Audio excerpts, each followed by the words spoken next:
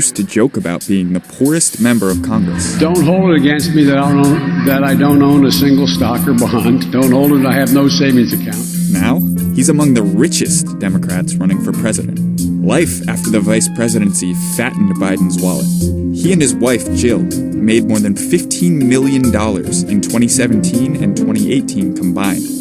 That's easily the most out of the 2020 Democratic primary candidates who have released their taxes. And Biden's sudden explosion of wealth doesn't quite square with the image he's pitched to Americans for years. All my time in public life, from since I've gotten involved, I've been referred to as middle-class Joe. It's not always meant as a compliment. Let me say this simply and clearly, and I mean this. The country wasn't built by Wall Street bankers, CEOs, and hedge fund managers. It was built by you. It was built by the great American middle class. Biden may once have been part of that middle class. He's definitely not anymore. 2016 was Biden's last year as an elected official after more than 4 decades. The Bidens made about $400,000 that year. That's more than 6 times the U.S. median income. But Biden really started making money after he left the Obama administration in 2017. The couple raked in more than $11 million that year. They made another $4.6 million last year. They now say they have between $2.2 million and $8 million in assets. They paid about a third of their adjusted gross income in federal income taxes in 2017. Last year, they paid about $1.5 million in taxes. So, where did all that money come from? Mostly books and speaking fees. The Bidens have 2 S corporations that get paid for their book deals and speaking gigs. Those 2017 Trump tax cuts that are a punching bag for Biden and his 2020 rivals, they gave a 20% tax break to owners of businesses like the Bidens have. The S corps made about $10 million combined in 2017. They took in about $3.2 million last year. Joe Biden's book, Promise Me, Dad, came out in November 2017. It followed the 2015 death of his son, Beau.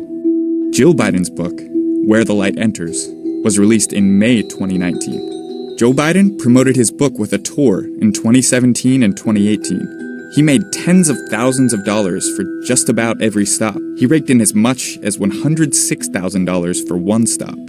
And fees for nearly 20 paid speeches, mostly at universities, in those 2 years ranged from $66,000 to $190,000. The Bidens seem to be enjoying their new wealth.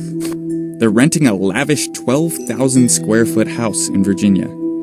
They also bought a $2.7 million beach house in Delaware since Joe Biden left the Obama administration. Their charitable giving also rose along with their income.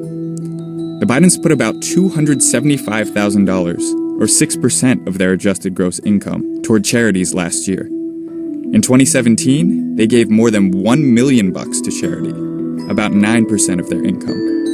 That was up from 1.5% in 2016. But Biden's riches could cause some headaches for him. While he has led just about every national and state poll since he jumped into the race, his lead has started to shrink. The Democratic contenders have broadly focused on helping workers and reining in companies and the wealthy. Biden has been less aggressive toward business than most of his rivals.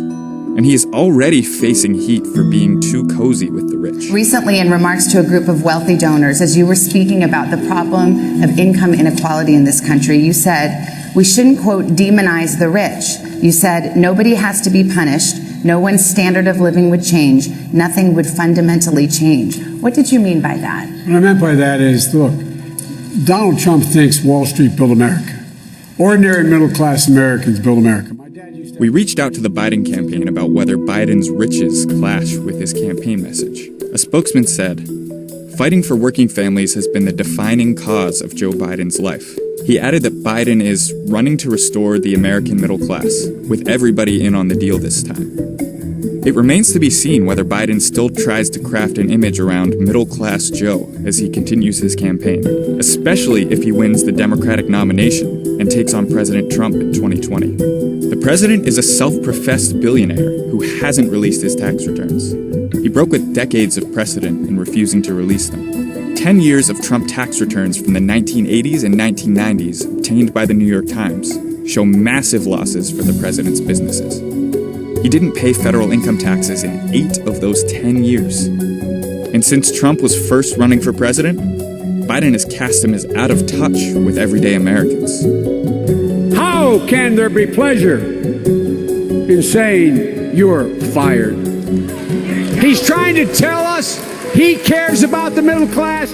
Give me a break. That's a bunch of malarkey.